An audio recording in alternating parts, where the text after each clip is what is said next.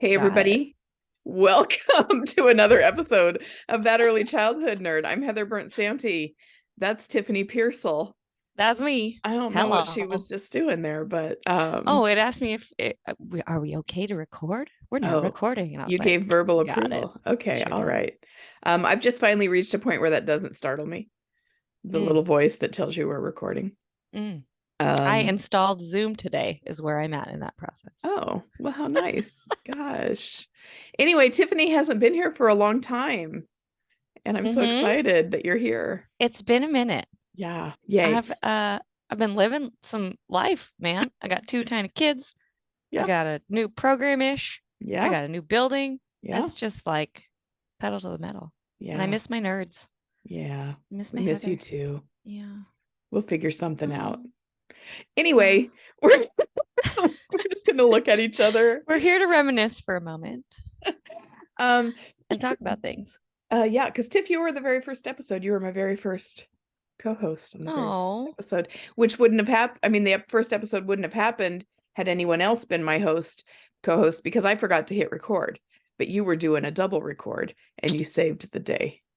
There's memory this was lane. before Zoom was used every Yes. day for everything. Yeah, I think it was There Skype. was a Skype. Yeah, We we were had the using Skype. There Skype was a plug-in. and the I had plug-in. experienced the whole interview Yes. without being recorded Yeah. many times, so it was just a rule that you always record. Always record. All right. Well, anyway, that was That was a thank you. pivotal episode, Heather. My I'm, first episode was a pivotal yeah, episode. Yeah, for yeah. me, yeah, for For sure. you, Yeah. episode 2 was pivotal for me. Mm-hmm. I'm still building that college, y'all. It's Good. happening. Good. It's happening. Yes, perfect. I would love to teach at your college. Yeah, come join us. Well, you don't even have to join. That's the whole point. Right, right. I have to keep the day job, but I would love to Mm. also teach at your college. Yeah, yeah, yeah, yeah. Perfect. Okay, so we're going to talk about an article. How would you say Ypsilanti? Is that how you pronounce I was the going to name? ask you. I I would would say say Ypsilanti. Ypsilanti. Okay, so Let's the look it up. article is called "What I Learned from the Ypsilanti Prairie Preschool Project: A Teacher's Reflections," written by a teacher in the project who happens to be Louise Derman Sparks. Amazing. Yeah, and so this article kind of turns some things on their head. Yeah. In terms of the Perry Preschool Project. So let me just read this. Our quote's going to be just a brief description of what the Perry Preschool Project is, in case you've never heard of that before. The Perry Preschool Project ran from 1962 to 1967 in Michigan, I think is where Ypsilanti is. I'm going to keep stumbling over the word. The Perry Preschool Project was an early effort in the USA to explore the potential of early childhood education for fostering the development and school success of children in families living in great poverty. The 3- and 4-year-old African American children attending the Perry Preschool Project in Michigan, most of their families lived in a housing project in the African American segregated neighborhood across from the segregated public primary school, which housed the Perry Preschool. I'm hesitating now because I was going to look something up and I didn't. Heads of families included 2 parents, single parents, and in a few cases, grandparents. Funding first came from local, state, and national governmental agencies. One requirement of funding was that the children had to have, quote, an intelligence quotient, IQ, in the also, quote, and language of the original study, the educable retarded range, as defined by the Michigan Department of Instruction at the time. A control group of children was also set up with demographics parallel to those of the children attending the preschool. I was going to look up what educable retarded really kind of meant, and I didn't. But There's still time. essentially, this is why we need a third person on the podcast so that the conversation continue while somebody looks something up. So this study is used a lot. I've heard it being used in terms of advocating for child-directed programming, more child-directed programming, and also often heard it as a cited study for people who are trying to make the case for investing in early childhood. and James Heckman, who does a lot of I'll say advocacy, although I don't really like his advocacy, but that's what he's essentially trying to do, in trying to get private sector interested in putting money into programs for young children. So it's been used as sort of a rationale for more universal pre-K, for one thing. And just that investment model of talking about young children that, they're not really worth much to us now, but if we put a lot of money into them now, we'll get return on economic investments later in their lives. So anyway, that's my quote dump. Yeah, love it. So anyway, what this article really talks about is Louise Derman Sparks' actual experiences as a teacher in the project, and how some of the important stuff wasn't measured or taken into consideration with the data collection and reporting, and talks about some differences between what the administration was saying was happening, and the data the administration was presenting, and what the teachers were really doing in the classrooms. Can I tell you a story now? Please. I beg you, please say something. When you know me, I'm like, let's circle back, because it takes Tiffany a half step to get there. When I was a senior in college, before I had applied to teaching school, before I applied to get my credentials and all that, and what is life? I'm about to leave the education system. I don't know what I'm supposed to do after that. You're supposed to work or whatever. What am I going to do? I volunteered a lot in schools and nannied kids and taught college kids too on the side. And I found myself sitting in my driveway listening to a Terry Gross interview with a participant from the Perry Preschool Project. I had no idea what it was at the time, and I cannot find this interview. Oh. Does it exist in the world? I don't know. Yeah. But sitting in my driveway listening to this interview, I couldn't get out of the car because I was just like, this is incredible. And the head attendant said, this was the first time an adult in my life believed in me, not because they had to, but because I was a worthy human. Yeah. And that was when I was like, I guess I got to teach. Right. Yeah. Well, that's amazing. And that's part of what, Louise Derman Sparks talked about, is that the teachers went into this believing children were already competent. There were disagreements among the administrators and planners and the teachers about, the administration, she says, really was coming from a deficit model, and the idea that primarily because they were Black families, there was cultural deprivation in their homes that was leading to their low IQ scores. Barf. Right? We've come a long way. We have. Some of us have. Some of academia. Yeah. I mean, I think the deficit model still is the model for any kind of parent engagement in most programs, and a lot of teaching young children, that we need to teach parents to be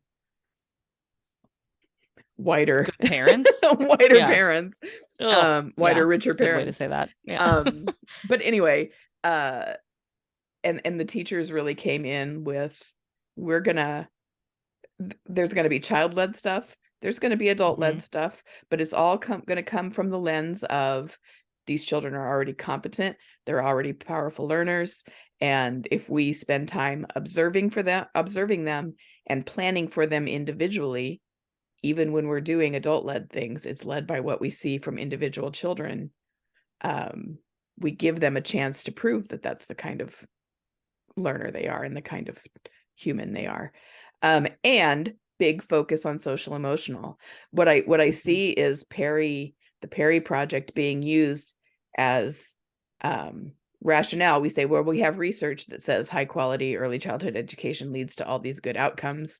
And by good outcomes, you mean academic outcomes. Academic outcomes. or they don't go to prison and they're better I was gonna workers. say Yeah. that's So the other, like, you don't go those to are the prison. outcomes that this is used for. And then we open universal pre-K, or we use this in our early childhood programs and focus just on the academics, and forget that the big what Louise Derman Sparks is telling us is that the real impact was the relationships the teachers had with children and the families, and the way that they worked with families, and the way that they tried to support the stresses that the families were in. And that's why we get and that those academic outcomes waned at third grade, Yeah.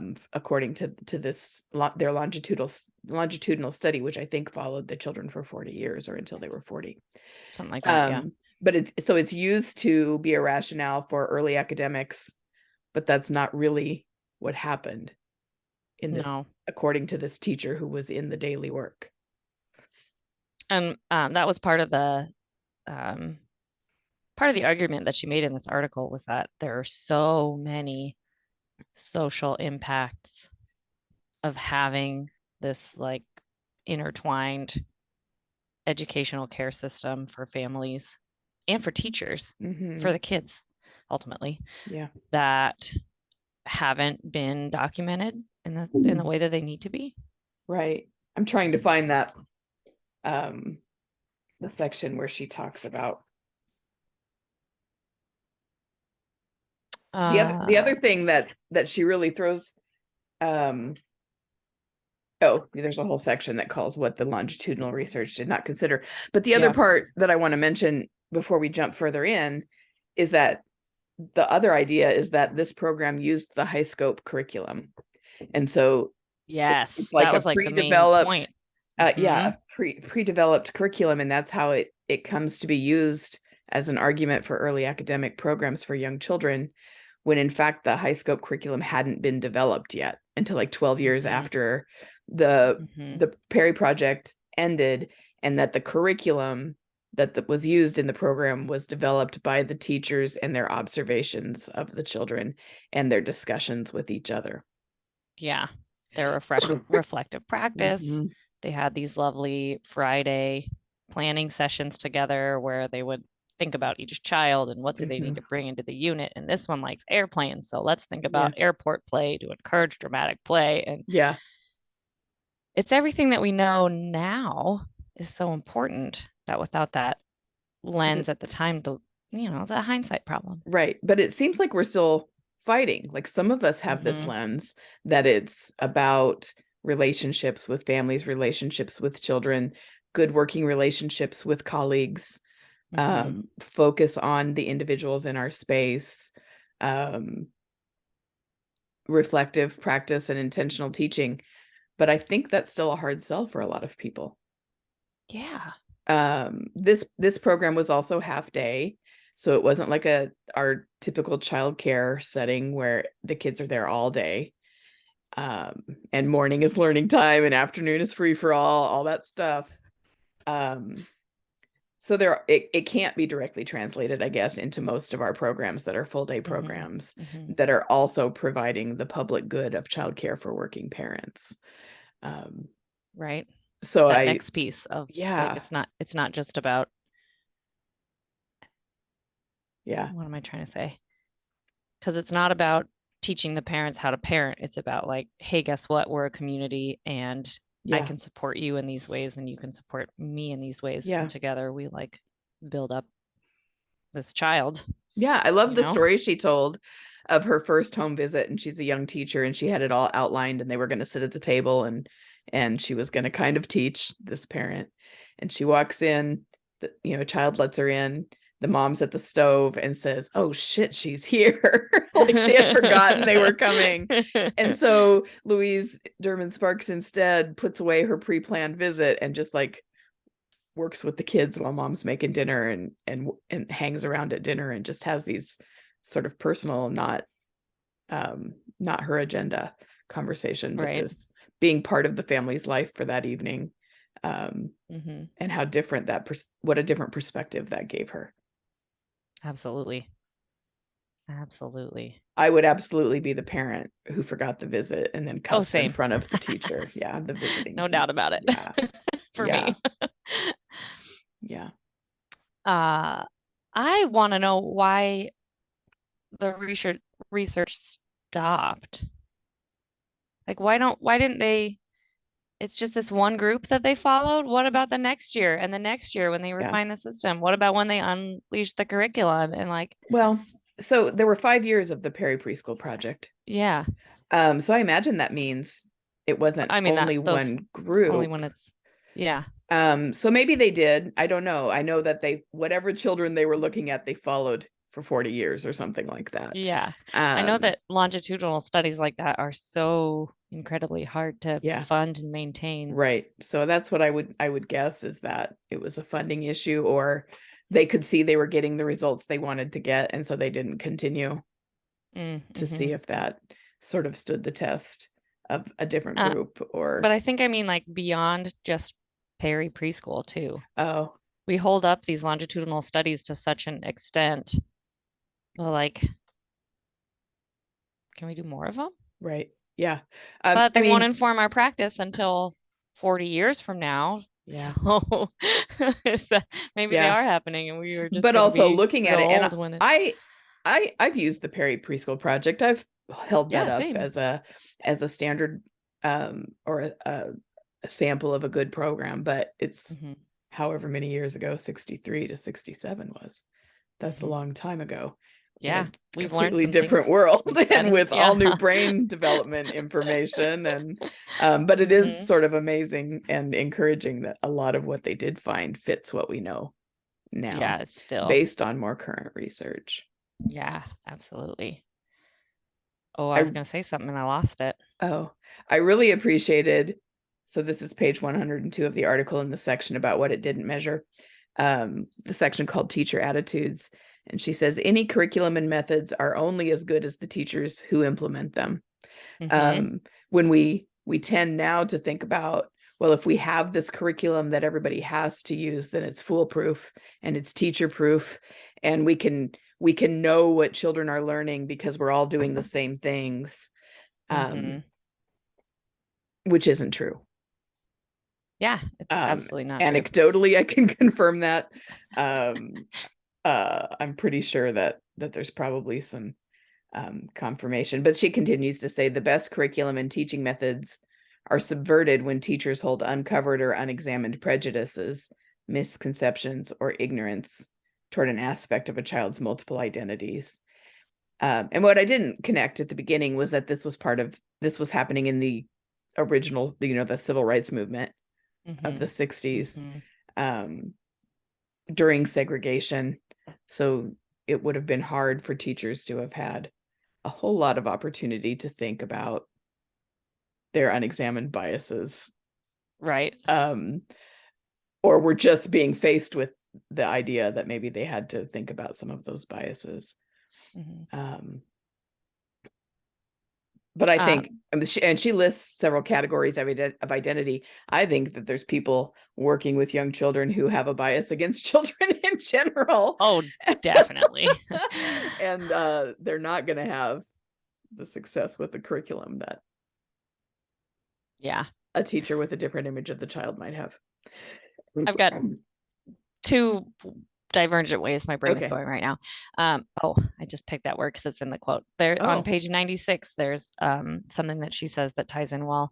These divergent viewpoints about the children and families made for some key differences between what the teachers actually did with the children and families and what demonstrators wrote about the program. Mm-hmm.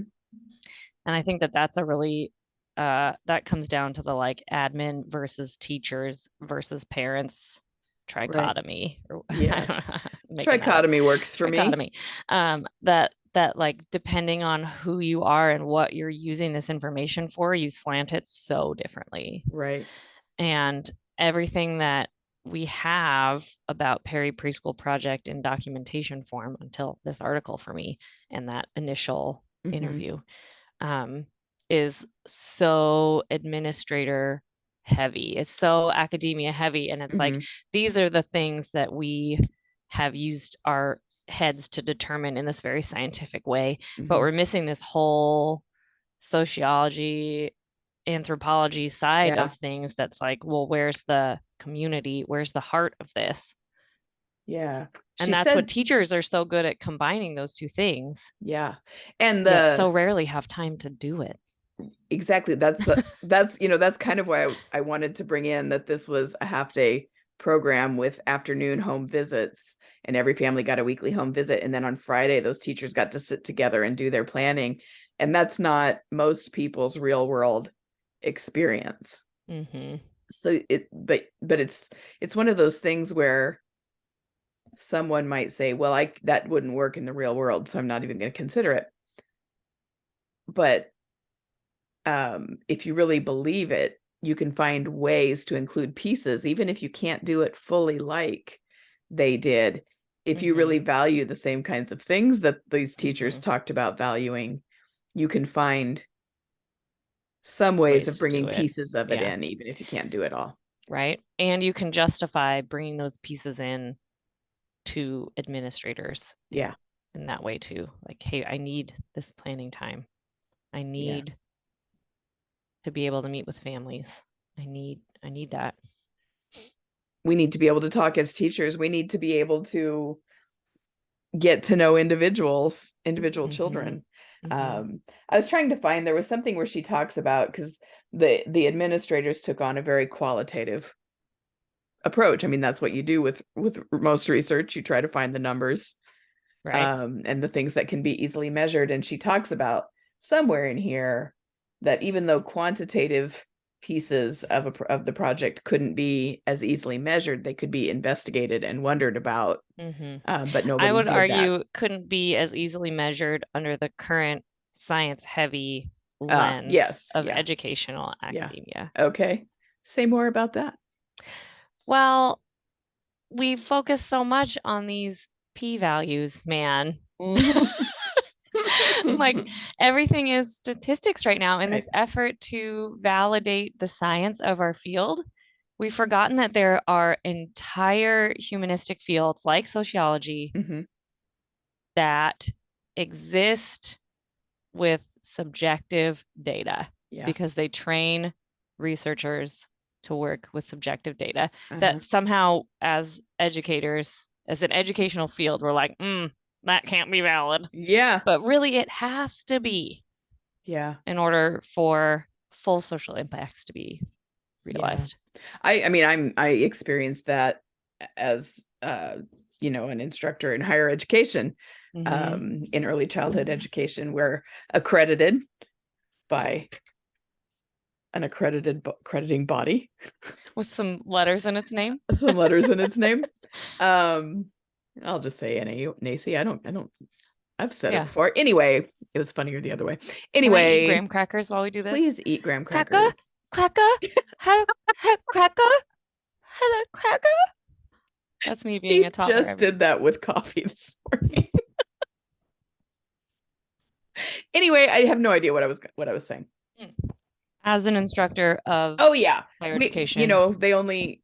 they have these standards of professional development that we're supposed to be able to prove our students are um uh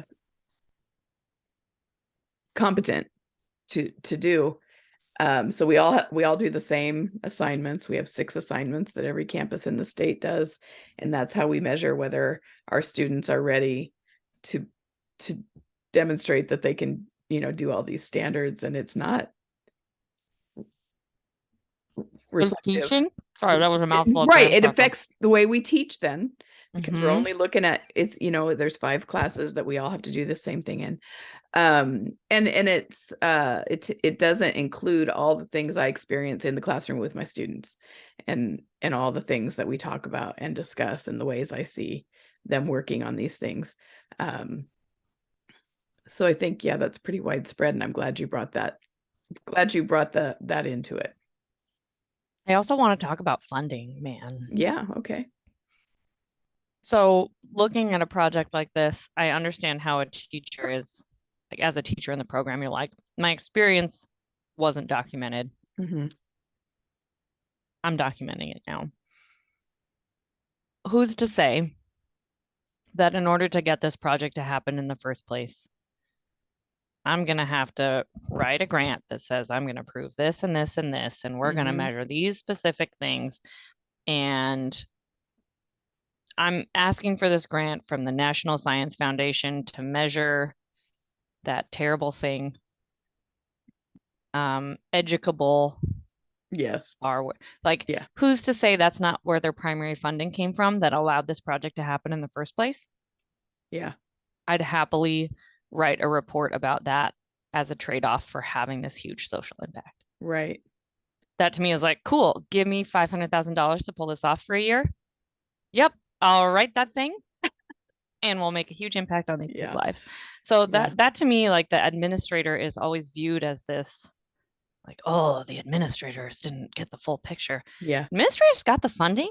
The administrators made this happen for 5 years. The Yeah. administrators produced a highly lucrative curriculum from it, like Uh-huh. Eventually. eventually. And like, not to say, oh, we got to give these guys the credit, even Yeah. though, they didn't realize the full social impact. There's that side of it that I think doesn't come up very often, that like it took a lot of money to make this That's happen. true. Yeah. And to pay people to pay that for teachers Uh-huh. to be there full time for 3 hours a day with no school on Fridays. Yeah. Whew, that's a lot of money. And I bet it was a hustle of who, like, what do I need to research to get this last to get me Sure. over the, yep, I will review your unit curriculum. Like, Uh-huh. Yeah. to make this dream happen at all, somebody had to have the dream in the first place. That's So true. That's true. that's important to think about. Yeah, it is. And we're not saying that this wasn't a good project, that we're acknowledging Absolutely. that it did Hugely have important. Great project. value to the field and value to the children and families and teachers who were working in it. I think all that she's saying in this article, which I should say was published in 2016 in the Journal of Pedagogy, I forgot that at the beginning, is that everything that happened wasn't recorded, isn't included in that data. There's some mismatches in the storytelling. It's just sort of a perspective, not everyone should just stop thinking about the Perry Preschool Project. It's offering a new way to think about the Perry Preschool Project. I would put the Perry Preschool Project on my list of schools that every educator should know about. Yeah. Oh, yeah, we were going to talk about this. Yeah. Not that I'm like, you have to learn all of the history to get there. What is that? Nope, not enough coffee yet in the day to explain that philosophy. Like junior grade books, you have to read the greats to understand human history at this point. Right. Perry Preschool Project is on my list of preschools that you need to know historically to understand the context of what. Yeah, I'd agree with that. I'd agree with that. Are there others on your list of schools they have to know about, or projects people should know about? I mean, Bev Boss, of course. Yeah, that whole thing is a given. Oh, to me, Roseville is like, you have to go there. Yeah, and live it. You have to be at that place at one point in your life. I need hopefully, to. Yes, for early sure. in your career. Yes. Well, it's too late for that part, but I didn't even hear about that until maybe 10 years ago. Oh. And I've been doing this for 30 years. I know. I don't know how I lucked out. That was the first professional development I ever attended in my entire career. Wow. Was 2 days straight with Bev Boss. That's amazing. How? So jealous. I don't know. That's some good luck, man. West Coast living. So what do I have any? I don't know. This is hard for me because I guess I'm thinking more about theorists and not about school. Like, I don't think that there's just one that you can be. Like, absolutely. I'm going to be a Piaget teacher, or I'm going to be a Reggio inspired teacher, whatever it might be. I think we get into problems when we try and isolate theories like that. Yeah. Why am I drawing a blank? I mean, it wasn't a school, but it was a project that Rebecca, oh my God, what's her name? Markin did. Tell me the rest.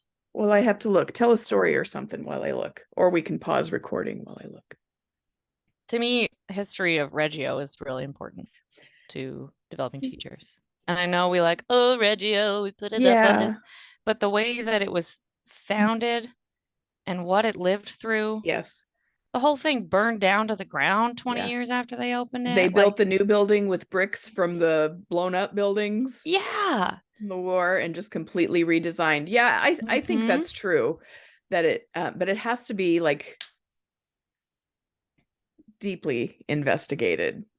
You know what I mean? Like, not just go to a Reggio training at a conference somewhere, because we lose so much when we Americanize it. Yeah. So I think that's true. I was just reading something. I don't remember what it was. It was a book that I started and didn't finish.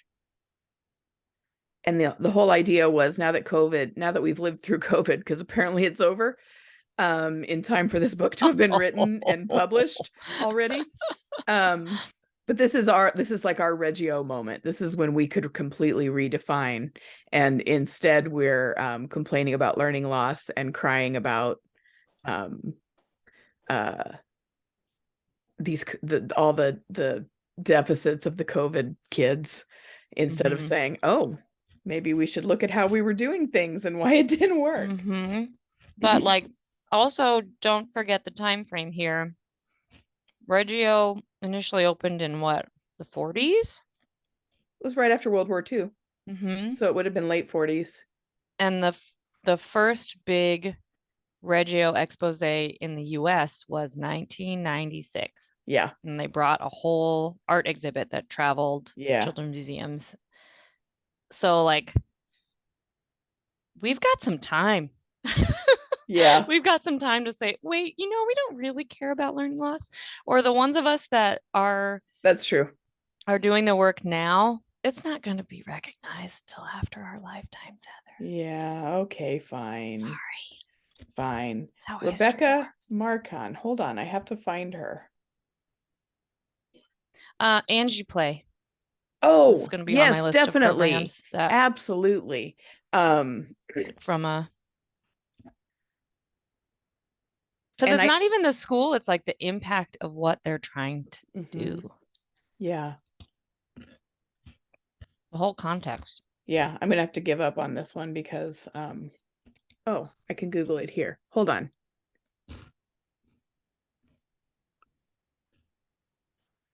Okay, so I found it. Rebecca Marcon, or Marcon, or Marcon, I don't know how to say it, Marcon, did a study. She was with the University of North Florida. And the article I'm looking at is called, which is just open access, Moving Up the Grades, Relationship Between Preschool Model and Later School Success. And I can't read this abstract. It's so tiny. And everyone's looking at me now. There's an abstract at the beginning of the thing. But it's an abstract? It's abstract because I can't read it. It's a follow-up study of children who began school at 4 years old. Was conducted to examine the influence of 3 different preschool models on later school success. They were studied again in year 5 as they prepared to leave the primary grades. By the end of their 6th year in school, children whose preschool experiences had been academically directed earned significantly lower grades compared to children who had attended child-initiated preschool classes. Children's later school success appears to have been enhanced by more active child-initiated early learning experiences. Their progress may have been slowed by overly academic preschool experiences that introduced formalized learning too early for most children's developmental status. Did I forward you the great bomb that got dropped in our favor? So. It was a good bomb. I did, right? I don't know. That I think it happened last week. I've been ignoring the nerd chat except for sharing poop stories and memes Excellent. because my brain gets overwhelmed by all the smart people having conversations in there. Okay, I'm scrolling up. I'm scrolling up. Where is it? Because there's some great research that came out that is very supportive of this argument. Mm-hmm.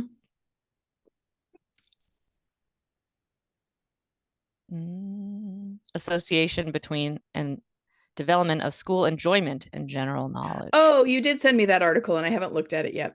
Yeah. Ooh, that's going to be our next discussion, maybe. In the Society for Research in Child Development. Yep. I won't unpack it too much, but it's like, guess what? If you enjoy school when you're little, that stays with you more than anything else.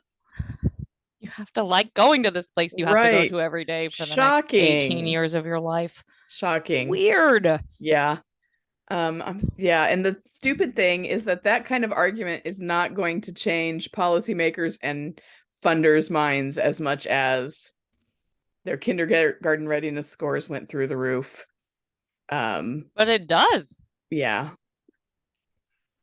That's where I think we need to find this trifecta of here's the empirical research. Yeah. Here's the sociological research. Here's the like, I don't know, what's the other?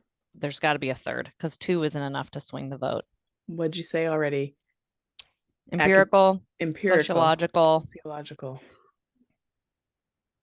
I don't know either. I'm drawing a blank.